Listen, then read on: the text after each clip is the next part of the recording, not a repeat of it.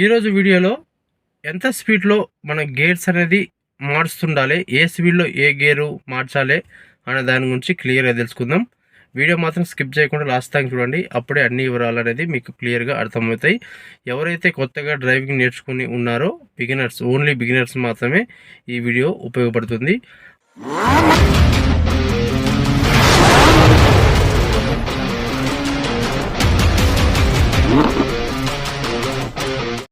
Hello, hi everyone, అందరికి నమస్తే and welcome to our channel car driver vlogs.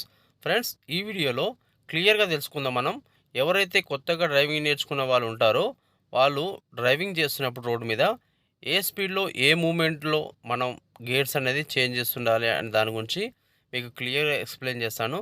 జాగ్రత్తగా చూడండి, వీడియో మొత్తం చూడండి. కొత్తగా వచ్చిన వాళ్ళైతే మన ఛానల్ని సబ్స్క్రైబ్ చేసుకోండి. అలాగే వీడియో నచ్చినట్టయితే ఒక లైక్ చేయండి, షేర్ చేయండి, కామెంట్ చేయండి. ఫ్రెండ్స్ చూడండి, మీరు డ్రైవింగ్ నేర్చుకున్నప్పుడు మీరు గేర్స్ మార్చడం అనేది పర్ఫెక్ట్గా రావాలి.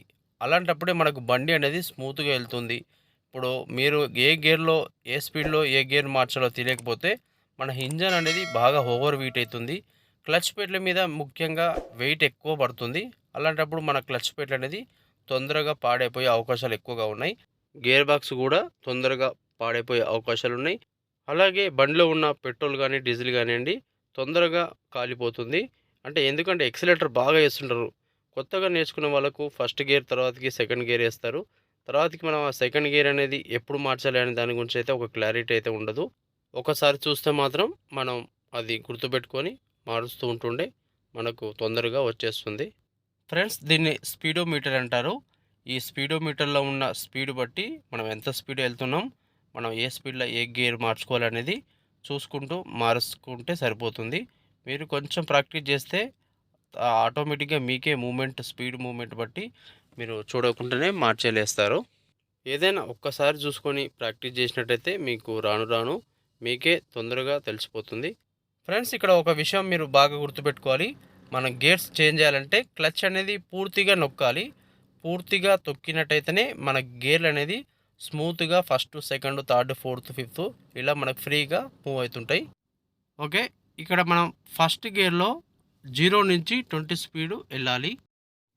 అండ్ సెకండ్ గేర్ వేసుకునేటప్పుడు 20 నుంచి 35 స్పీడ్ మధ్యన ఉండాలి. ఇక్కడ మనం థర్డ్ గేర్ మార్చేటప్పుడు మన స్పీడ్ అనేది 35 నుంచి 50 స్పీడ్ మధ్యన ఉండాలి. థర్డ్ నుంచి ఫోర్త్ గేర్ వేసుకునేటప్పుడు మన స్పీడ్ అనేది 50 నుంచి 70 మధ్యన ఉండాలి. ఇక ఫైనల్ టాప్ గేర్ వేసేటప్పుడు, ఫిఫ్త్ గేర్ వేసేటప్పుడు మన స్పీడ్ అనేది 70 నుంచి 80 ప్లస్ స్పీడ్లో ఉండాలి. ఇలా మీరు పర్ఫెక్ట్గా స్పీడోమీటర్ చూస్తూ స్పీడ్ బట్టి మీరు గేర్స్ చేంజ్ చేసినట్టయితే మీ గేర్స్ అనేది చాలా పర్ఫెక్ట్గా స్మూత్గా గేర్స్ మూవ్ అవుతాయి. And engine life, clutch life కింద చాలా బాగుంటుంది. ఓకే ఫ్రెండ్స్, మీకు అర్థమైంది అని అనుకుంటున్నాను. ఇది ఈరోజు వీడియో. నా వీడియో నచ్చినట్టయితే కంపల్సరీ లైక్ చేయండి, షేర్ చేయండి, నా ఛానల్ సబ్స్క్రైబ్ చేసుకోండి. And thank you so much.